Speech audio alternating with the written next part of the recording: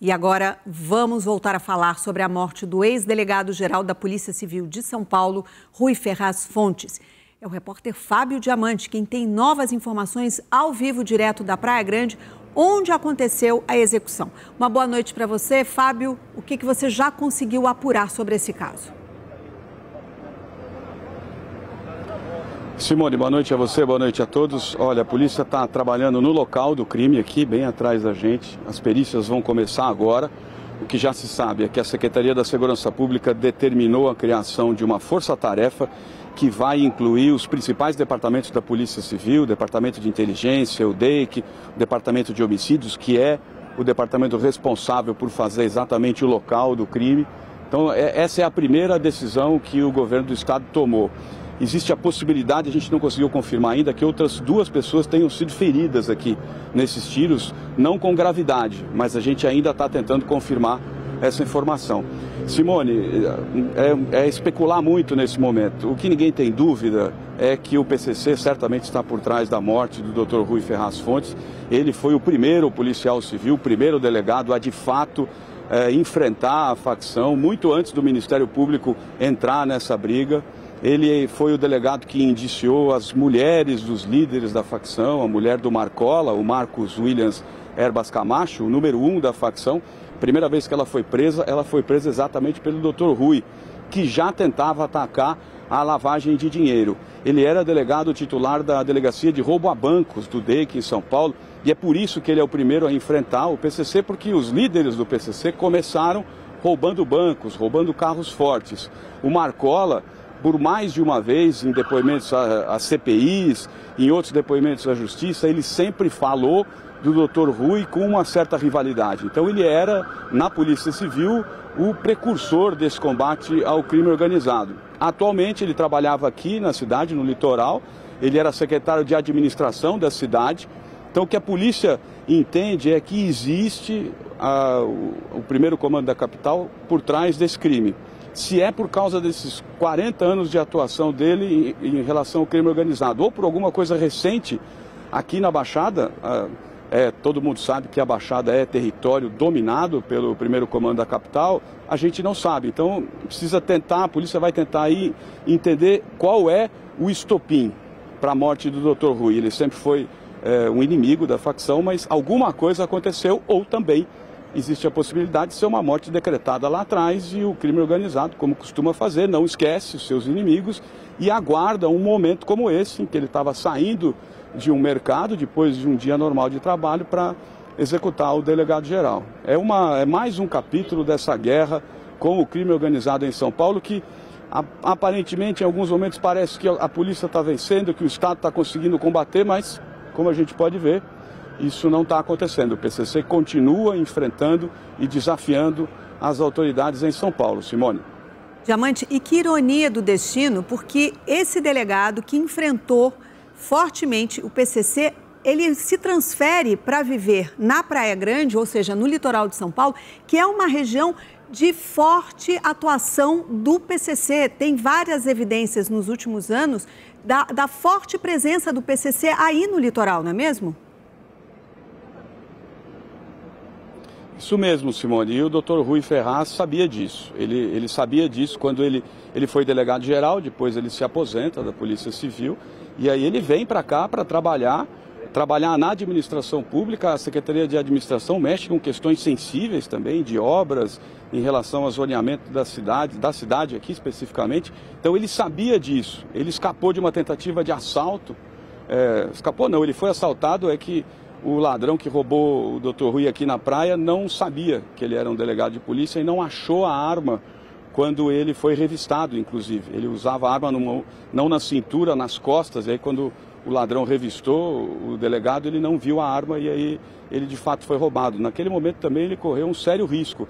Ele sabia desse risco, sempre soube desse risco, assumiu o enfrentamento. Ele também foi diretor do DENARC, que combate aí grandes traficantes de drogas, então ele sempre soube disso, assumia esse risco, mas ele dizia pra gente que ele era delegado de polícia e que, já que ele estava na polícia, ele tinha que trabalhar como polícia. Pouco importa o tamanho do inimigo. Simone.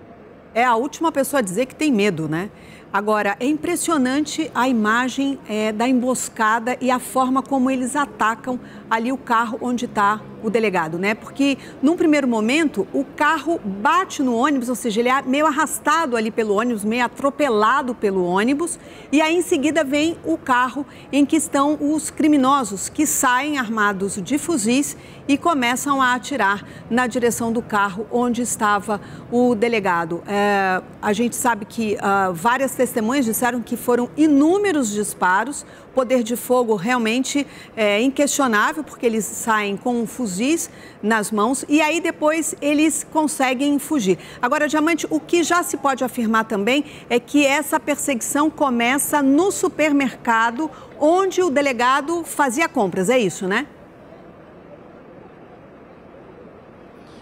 Isso mesmo, Simone. O que não está claro ainda é a dinâmica. Ninguém consegue afirmar para a gente aqui nesse momento se os criminosos já atiraram no carro do delegado quando ele já estava saindo do supermercado, em que momento que ele percebe que ele estava sendo vítima de uma emboscada. Isso a perícia que vai conseguir explicar. Essa dinâmica depois, essa imagem muito forte que a gente viu dos criminosos descendo do carro para dar o que a polícia costuma de dizer, o confere, para ter certeza de que o alvo seria morto, tem toda uma tática ali. A imagem mostra, inclusive, que um dos criminosos, ele vai na contenção, ele não vai no carro do Dr. Rui. Ele vai para trás para conter qualquer outro que chegasse, tanto que tem um carro que para, a imagem mostra isso claramente, porque o criminoso já está ali com o fuzil em punho.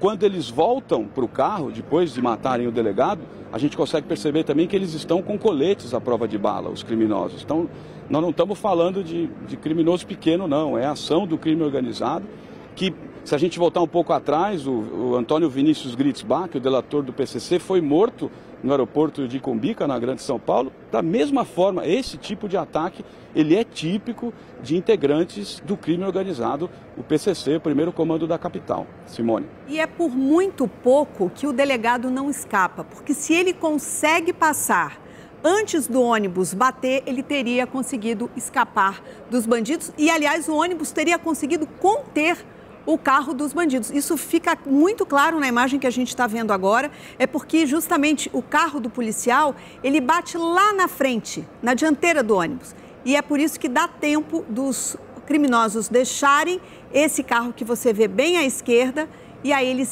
se dirigem ao carro do delegado. Ele por pouco não conseguiu escapar a essa emboscada, a esse atentado.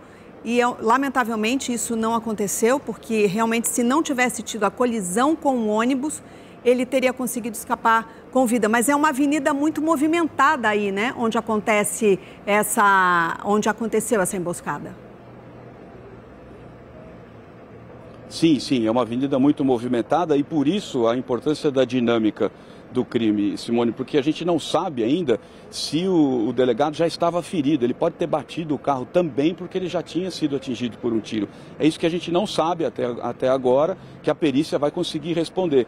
Ele era um delegado muito experiente, era atento, sempre vivia atento. Então, essa tentativa de fuga, que, como a gente viu na imagem, é típico de quem sabe o risco que corre.